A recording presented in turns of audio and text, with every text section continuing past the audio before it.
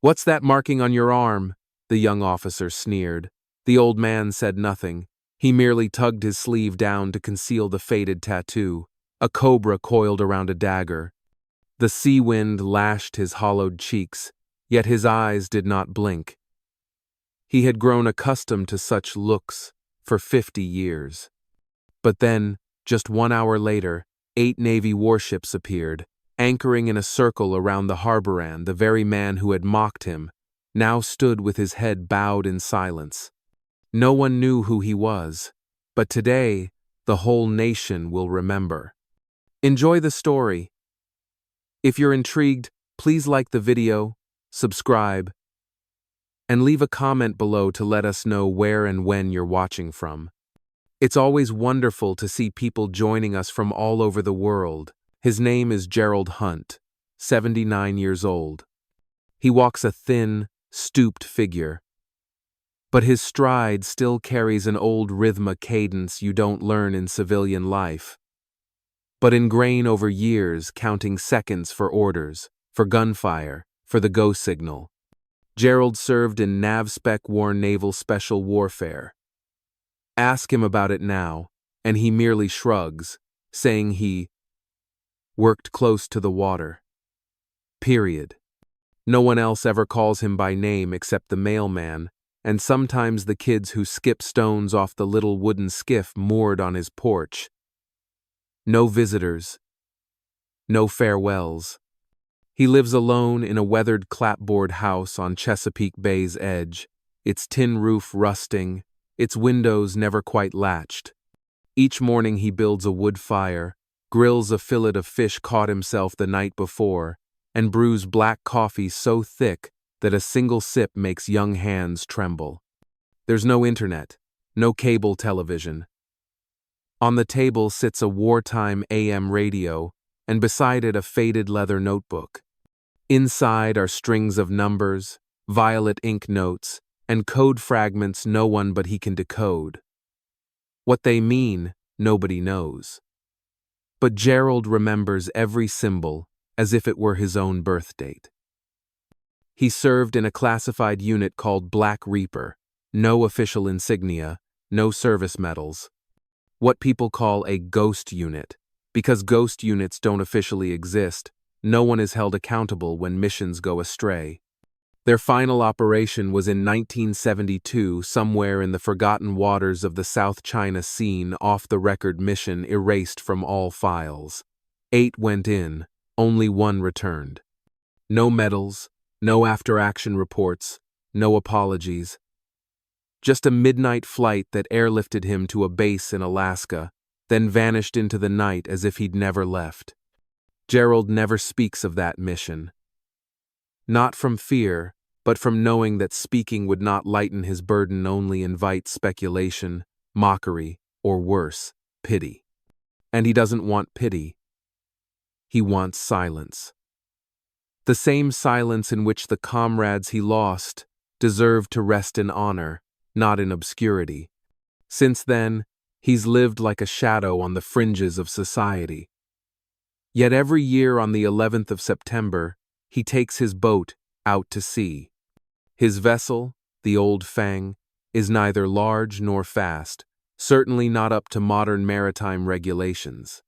But it carries him and an old wooden chest inside, the only things he deems worth preserving, a chart marked with covert coordinates, a replica Black Reaper insignia, and a ragged swatch of deep red cloth embroidered in white thread, remnant of the mission that never returned. He doesn't venture far, just eastward, past the shoals where the waves hush as if time itself pauses. That stretch of water has no name on nautical charts, radar shows nothing. Yet Gerald knows its hidden channel, its silent watch, as well as any sailor knows the North Star. At exactly 5:03 a.m. on the 11th of September, he powers up his antique radio in the Holden AM transmitter from the 1960s that only broadcasts one frequency, 911 REAP. No one else ever tunes in, but he sends the signal, a wordless message to any who might still listen. I am here. He expects no reply, The annual voyage is not a plea for rescue but a preservation of his unbroken vow of loyalty needing no recognition. Then he returns, anchors, cleans out the chest, rinses his coffee thermos, and resumes life as if he'd never been extraordinary, except for one constant, the tattoo on his right forearm. A coiled cobra, entwined around a daggerand beneath it, the numbers 9 to 11-72. No one knows its true significance. No one asks. But should someone scrutinize it keenly, they'll see. Those lines of ink weren't etched by a tattooist's needle, but by a man's countless moments witnessing what no one else should and choosing to live on to safeguard that memory in silence. The 11th of September. For most Americans, it's a day of national mourning, a sorrowful landmark on the calendar. But for Gerald Hunt, that date was etched into his soul long before the Twin Towers fell. To him, it marked the final period on a story no one dared to tell, not because it was grand, but because it was unbearably painful. That morning, the wind lay still, a rare calm on Chesapeake Bay. Mist clung to the iron grating outside his door. For a long moment, Gerald stood there, listening not to the breeze, but to memory itself. Then he turned and opened the old wooden cabinet beneath the stairs, pulling out a small oak chest, its paint chipped and one corner cracked. He bound it tightly with a frayed length of ropeth, same kind once used to lower men from helicopters on covert missions more than half a century ago. No one knows what lies inside that chest, and if they did, they might avert their gaze. For its contents are neither trophies nor glory, but evidence of things never admitted. On top rests a scrap of black fabricants, the unit's flag. Its white skull and helmet insignia, over a broken spear, is now threadbare at the tip. This was the emblem of Black Reaper, erased from every record after 1972. No mention, no recognition, yet Gerald never forgot. Beside it lies a water-resistant chart, its surface yellowed and scrawled in violet ink that resisted salt spray but blurred with tears. Circles, crosses, route markers, and calm water zones form what looks like a labyrinth, but to Gerald, it's the map back to the place his soul never left. A small notebook sits in the left compartment. The first page bears his enlistment date. The rest are rows of numbers, coordinates, orders, or names encoded beyond ordinary reading. Gerald is the last man alive who can unravel them, and thus the only one who could ever tell the story if he chose to. But what held him longest was an old photograph, its colors faded beneath plastic laminate.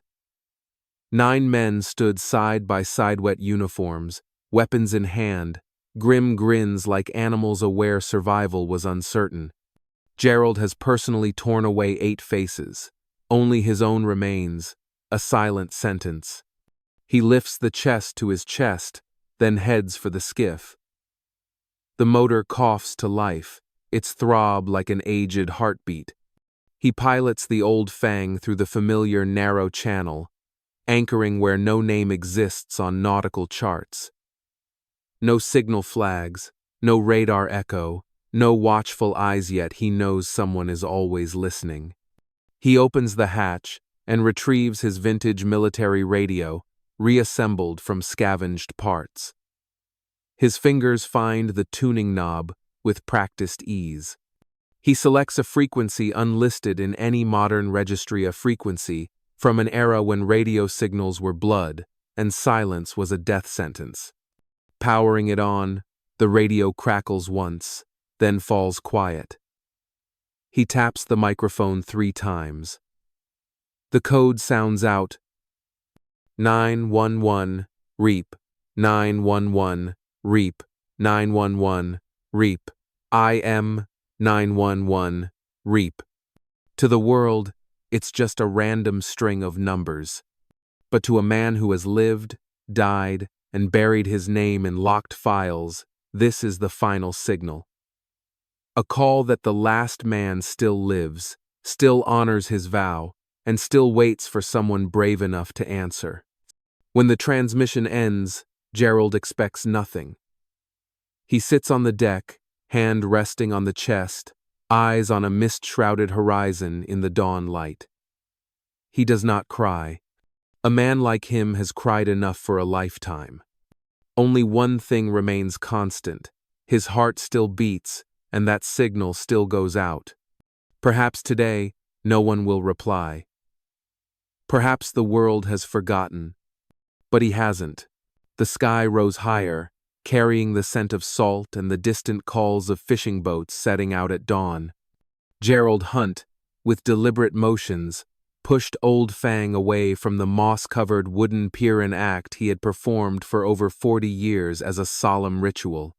The skiff cut softly through the still waters of the bay, heading due east toward the area that official charts tersely label restricted zone. But today, the sea was not silent. Barely 200 feet from the pier, a modern patrol boat roared up beside him, its engines a harsh note of authority. 4 young Coast Guard officers stood aboard, faces bright, uniforms crisp, eyes trained to scrutinize rather than understand. "Sir," a voice crackled over the loudspeaker. "Stop. This is a restricted area. Your vessel is not authorized to operate here." Gerald said nothing. He slowed Old Fang to a drift and looked up at them, as if gazing through the uniforms and mirrored sunglasses into minds he knew held nothing but regulations. The patrol boat drew alongside. One officer, broad-shouldered, leaped onto Old Fang as though boarding a smuggler's craft. He spoke no greeting, offered no courtesy, only action swift and efficient, as though inspecting a suspect object rather than a fellow human being. His gaze landed on the small flag tied to Gerald's stern, a faded black scrap, bearing a fractured emblem, a skull in a helmet, and a broken spear. The symbol of Black Reaper. "You're not allowed to fly that flag," the officer sneered. He yanked the halyard, and the flag fluttered into his hand like a trophy. Militia insignia, not U.S. Navy issue. Still, Gerald remained silent. He made no attempt to reclaim the Flogno outburst, no argument. He simply watched, as if he had lost not a banner but a fragment of history the young men before him would never comprehend, the quiet carried by a symbol the world had tried to erase. Another officer, newer, fresh-faced, stepped forward. His eyes flicked to Gerald's right forearm, then he laughed. "Oh, so you're one of those Reapers? I've heard the rumors, urban legends, really." He jabbed at the faded tattoo, a coiled cobra around a dagger, with the inscription 9 to 11 -72 below. Cute old school insignia. Nowadays it's more biker chic than special forces. Don't think you were ever anyone important. Gerald still said nothing. The young man shrugged and laughed again. "Honestly, I don't know if this is an insult to honor or just the joke of a lonely old man. But if you think firing up a dusty old radio in a no-go zone and flying a ghost flag is going to get someone's attention, you'll see soon enough," Gerald interrupted, his voice as soft as the breeze.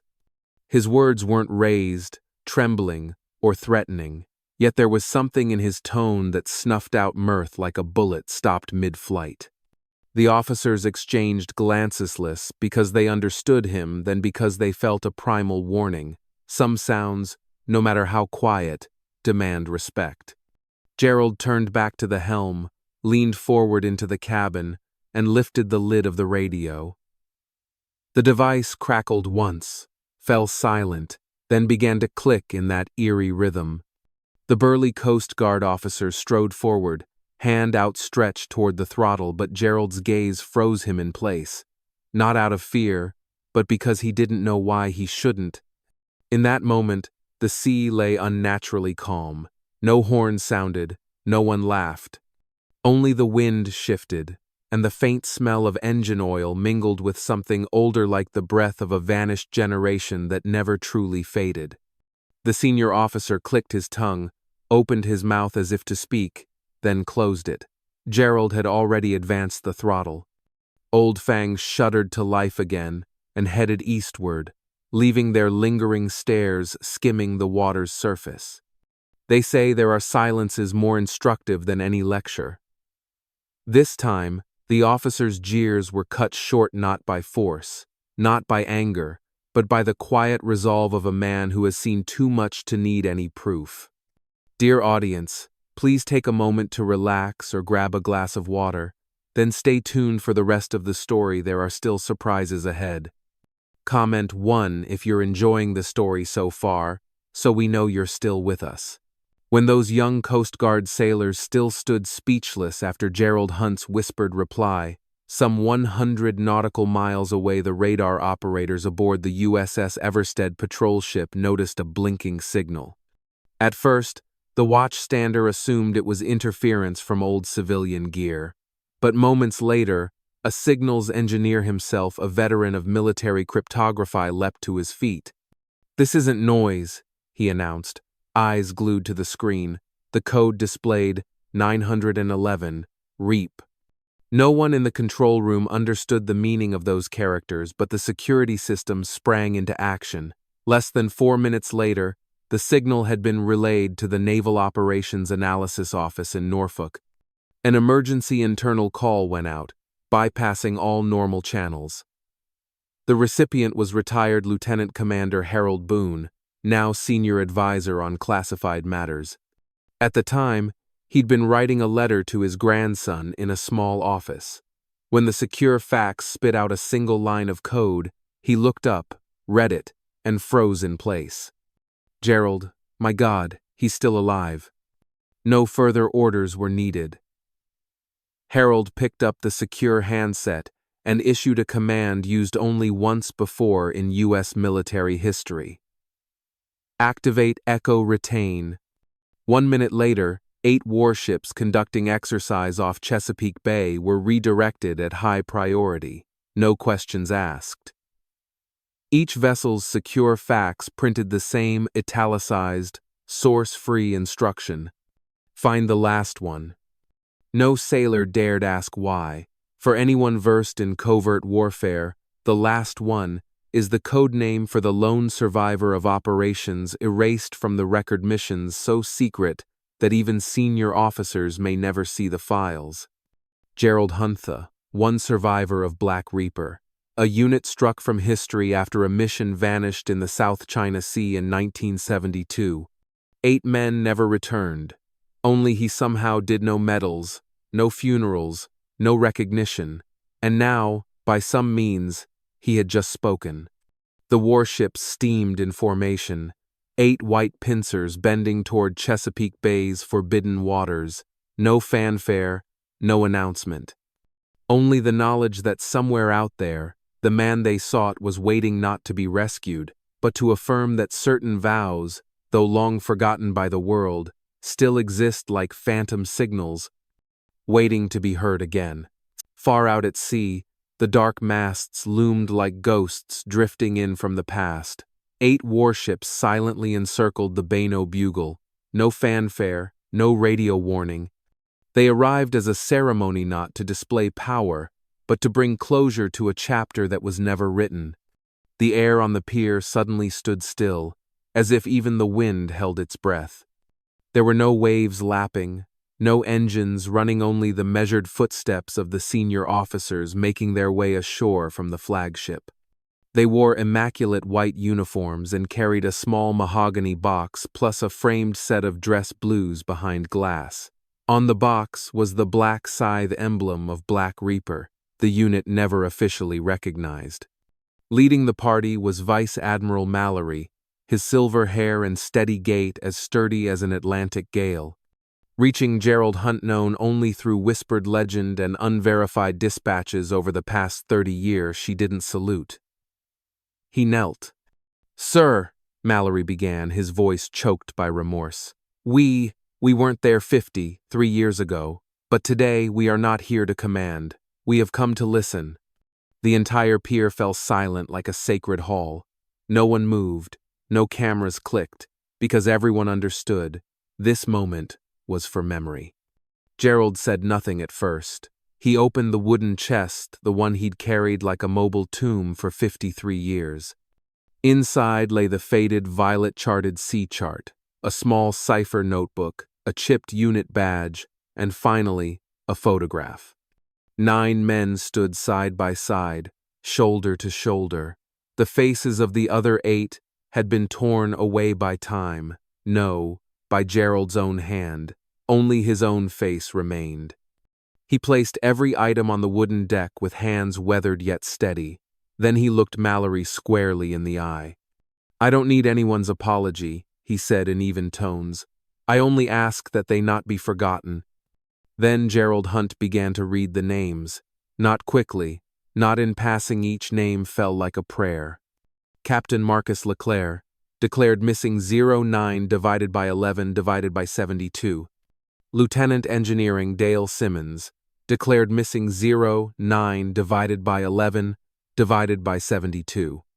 Chief Scout Harry Wentz, declared missing 09 divided by 11 divided by 72. He finished the 8th name. Without orders, every officer bowed. No trumpet sounded. They bowed because they understood some things lie beyond protocol, yet command honor nonetheless. Gerald stood quietly. In his eyes, a new glimmer, the relief of half a century finally acknowledged. Vice Admiral Mallory rose, hand to his heart. He turned, opened the mahogany box, and revealed a full set of dress blues festooned with medals Gerald had never received. "We couldn't award them then," Mallory said softly, "but they belong to you." Gerald's hand hovered over the fabric before he withdrew. "I do not need medals," he said. "I only wanted someone to remember that they once lived." Mallory said nothing more. He nodded, closed the box, and set it beside the photograph on the deck. Moments later, a junior officer stepped forward holding a folded American flag, the same flag seized from Gerald's boat in a moment of thoughtless ignorance. "He apologizes, sir," the young man murmured as he handed the flag back. Gerald studied the flag. Then he took it, not to fly from his vessel but to fold it neatly alongside the Black Reaper badge. No one hurried away. They formed a silent circle around Gerald, not as superiors to a subordinate, but as comrades reunited from different corners of memory, finally standing together before the man who alone kept their vow. None had witnessed that covert mission. Yet in that instant, every soul present felt this truth. The Navy had come not to bestow grace today, but to bow in respect. "He is the last one," Mallory said, his voice carrying no ordersonly profound respect, "and we have a duty to ensure that vow is never buried by time." There were no trumpets, no press conference. Yet in the following week, the Navy quietly placed a commemorative plaque beneath the waves at the spot Gerald had moored his boat each the 11th of September. A small marker bore a single inscription: "Black Reaper, 1972, we still here." Few knew of it. But for those who had served in the shadows, it became the only light kindled in memory. Gerald requested no titles, accepted no medals. Instead, he returned to his modest Chesapeake Bay home, where time itself seemed to slow. On the weathered wooden wall hung his dress whites. The old wooden chest-long bearing secrets too daring for history now rested in a quiet corner of the Naval Museum, uncaptioned, unlit. Yet each year, someone would leave a single white flower atop it, no name, no note. Gerald no longer took to sea. But every dawn, before sunlight touched the steel-gray waters, he sat on his front steps, hand resting on his faded tattoo knot to recall war, but to honor something his children's generation might never fully grasp, that some men sacrificed not for glory, but for the silent preservation of a vow.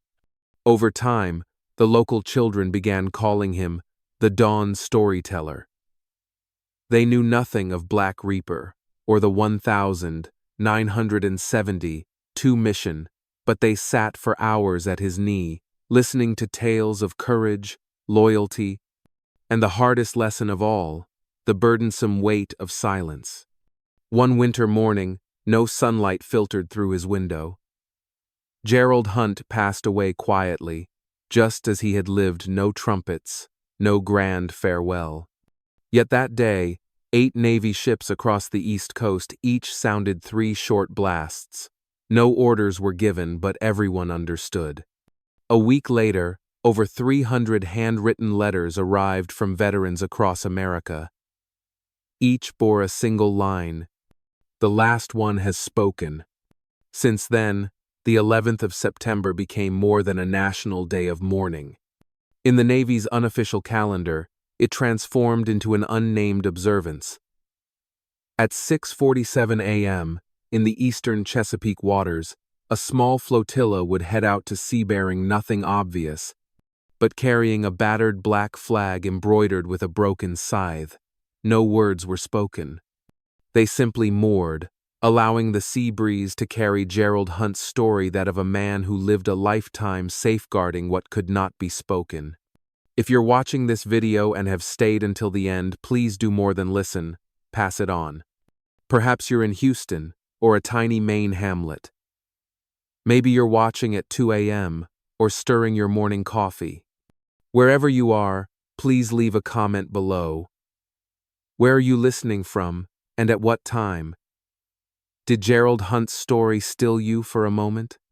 Have you known someone like him, silent, unassuming, yet compelling you to reflect on your own life? Hit subscribe to our channel so you won't miss more of these vanishing memories that yet refuse to die. And please share this video with friends and family across the US. They may have crossed paths with Gerald or carry their own untold story. Thank you for listening. Thank you for becoming part of the vow that will never be silenced again. Every wave carries a story, and some stories endure only when shared.